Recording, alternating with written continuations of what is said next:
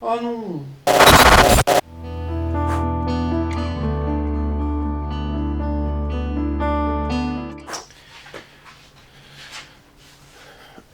Alors, on y retourne pour une 12e fois. Ah, la 30e fois sera la bonne, hein. Alors, voilà. Ça c'est professionnel, hein, des fiches.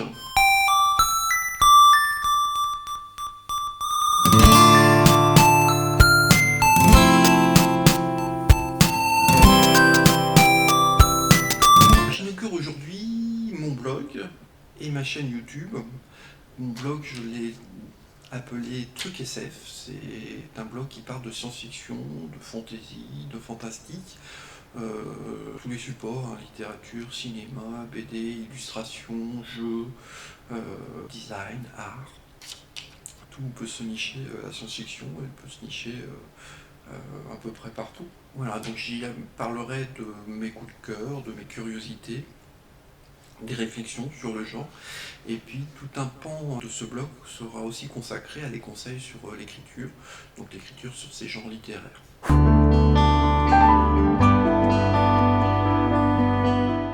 Je voulais faire une première vidéo légère, donc je pensais à une vidéo qui serait une préface sur un cycle d'articles sur l'écriture, donc une préface, une petite introduction.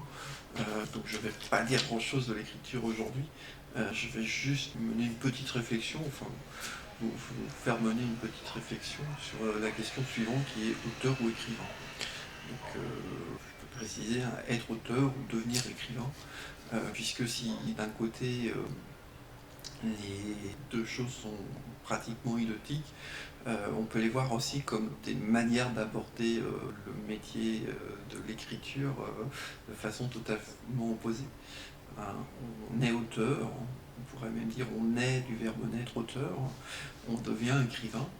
Et on pourrait, de façon un peu caricaturale, se dire que c'est par exemple une des différences culturelles entre la France et les États-Unis. Aux États-Unis, quelqu'un qui écrit pour s'adresser à l'éditeur, il passera pratiquement obligatoirement par un agent pratiquement obligatoire.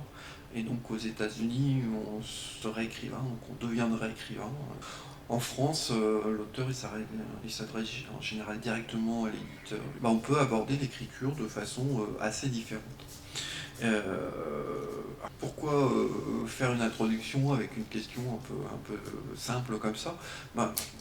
L'écriture, hein, comme toute démarche artistique, hein, ça demande à ce qu'on mette un peu un peu beaucoup d'ailleurs, en général beaucoup de soi dans ce qu'on produit.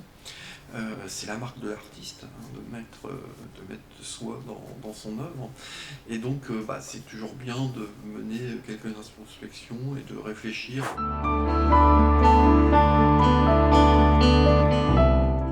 Et voilà. J'aurais pu poser une question plus directe, hein, qui est pourquoi écrire?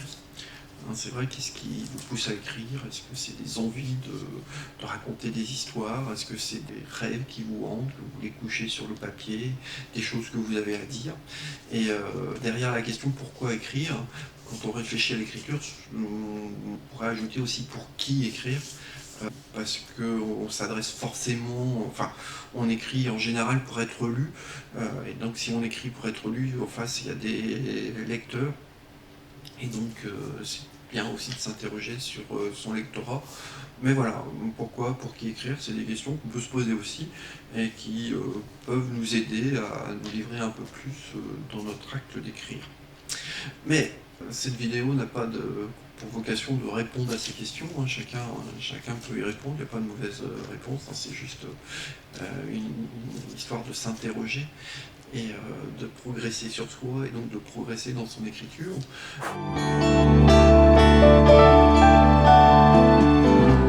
Sachant que le prochain article que je prévois, qui devrait arriver dans moins de 15 jours, entrera lui dans le cœur du sujet, puisque je m'intéresserai à la question du point d'entrée de l'histoire, donc par où commencer la narration de son histoire. Et avec le point d'entrée, le par où, je parlerai aussi du point de vue. La prochaine idée, c'est de rentrer dans le sujet. Et à partir du point d'entrée, après on pourra dérouler plein de questions, réfléchir au personnage, au scénario, on pourra aborder des petits points techniques, le dialogue, la description, des choses comme ça. Et puis aussi réfléchir à l'écriture de science-fiction, donc en quoi écrire de science-fiction, de fantasy, fantastique, en quoi écrire sur le genre diffère d'écrire de la littérature générale ou d'un autre genre, du roman historique, du thriller, etc. Voilà, c'est la fin de cette vidéo, donc il y aura dans les commentaires le lien sur mon blog. Et puis voilà, dès la prochaine, on abordera quelque chose de plus sérieux. Merci. Et puis j'espère à la prochaine. Toc. Ah ouais, il y a des effets de malade dans cette vidéo. Là, on prend un moment pour réfléchir, par exemple. C'est l'idée, une introspection.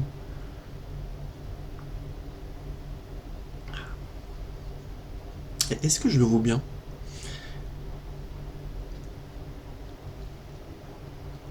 Non, si, c'est bon.